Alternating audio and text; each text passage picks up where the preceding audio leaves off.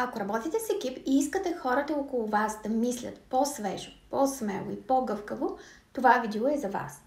Ще споделя 2 практични съвета, които можете да приложите още тази седмица.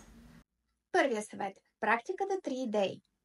Вместо стандартния брейнсторминг, при който пред всяка група се задава тема и всеки може спонтанно да предлага идеи, споделете проблем пред екипа и поискайте всеки член от групата да предложи 3 идеи за решение. Защо това работи? Хората, които обикновено изстрелват много идеи и са много приказливи, ще трябва да подберат само 3 най-добри идеи.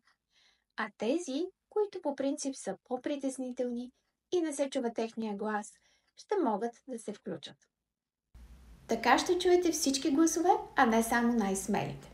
Съвет номер 2. Среща за споделяне на опит.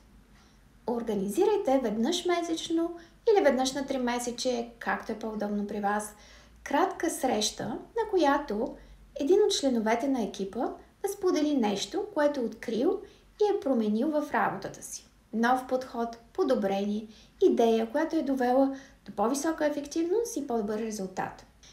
Това не само създава усещане за смисъл, за постижение в работата и признание, но и стимулира останалите да наблюдават, да търсят, да експериментират и да бъдат оригинални в собствената си работа.